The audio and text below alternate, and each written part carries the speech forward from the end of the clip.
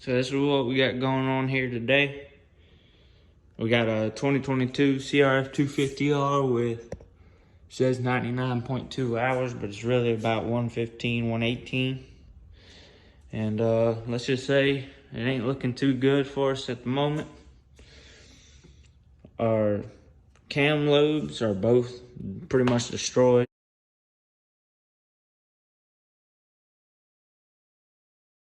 And the cams. The motor's not locked up, but there's metal shavings probably all in the bottom end. Since it's at 100 hours, I'm gonna go ahead and replace the crank and crank bearings, as well as all the seals and some of the oil pump components. And if you can't get to this part right here, then you probably shouldn't be rebuilding the motor. But pretty much all you do is release your cam chain tensioner, your cam holders, and pull your cams out, hold the timing chain up, break all your head bolts loose. There's two inside the head that are covered in oil, so they're kind of hard to see. You'll notice it if you had the manual. Lost a screwdriver, but it's okay because we're pulling the clutch cover off here.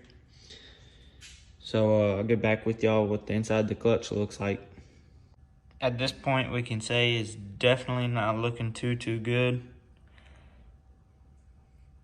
A lot of metal, a lot more down in there. It's all aluminum from the head, is what I'm believing, from the cam lobes. Initially, I thought it was the crank bearings, but it still turns over free, so I believe it's not the crank bearings. But either way, we're still gonna split the cases and clean all the metal out and replace the crank and the crank bearings. Just because of how many hours on this bike, if I'm already in the motor, I might as well do it. All right, well, this is pretty... Well, on to our first issue. I'd say that's not supposed to be broken up like that.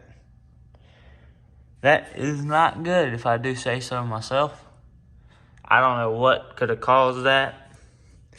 I replaced the clutches probably at about 80 hours. And these are Henson plates. And that just doesn't look too good. So not just one destroyed clutch plate, but two destroyed clutch plates later. There we are. So we just removed the clutch hub. So you have your main basket, and you got a little piece like a collet that slides in the back of the main basket. Then you got a washer. Then you got your inner hub. Then you got another washer. Then you got your locking washer and your locking nut. All right, so we definitely missed a couple steps here. But so right here is going to be your clutch basket. Right here is going to be two gears. So this one, we put the gear jammer over here, the Motion Pro gear jammer. We wedged it into this gear that's over here and against the case, and pulled this off with both these off with the air impact. And down here is just your oil pump cover. I'm pretty sure. I don't know everything about this motor. I don't have an owner's manual. I'm just taking it apart and taking as many pictures as possible when pulling it apart, as you should as well. And right here, this is your gear selector, and you'll have a whole mechanism right here that goes down to your shifter. You got a shifter arm that switches your gears right here. And that's pretty much it for the clutch side. You got your two guides here. And then once you get over here to the stator side, you got this nut here, which you're going to also have to get off with an air impact. And then this right here is a 28 millimeter flywheel puller tool. So this is where my stopping point is. So you'll need a 28 millimeter flywheel puller. Also, that's what's left of two of my clutch plates. So if you're over 100 hours, I would definitely recommend rebuilding your bottom end on this bike. It is a 2022 CRF 250R. And let's see if I can show you all the hour meter over here. Piston for the 125.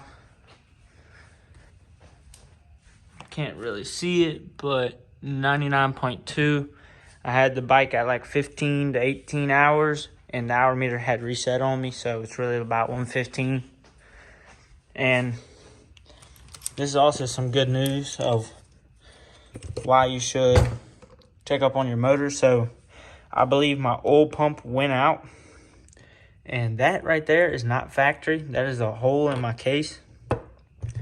So I had to order a brand new right side case.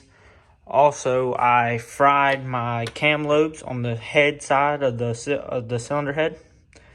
So therefore, I have to get a brand new cylinder head.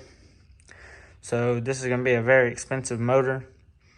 This is about $300. The head's about another $500. New crank's $300. New piston's about like $250. So yeah, I changed my oil every 5 hours. It always came out gold. But I just had a bunch of metal shavings in my oil after the last time I did it. Basically what had happened, how this bike came to how it is now, I was riding at my track and rolling into a corner. I had the clutch pulled in. Bike just shuts off. Completely just kills. So it coasts to another corner on the track. And then I try to start it back up. It starts up, it won't idle. I rev it a couple times, it'll start up, and then it'll kill.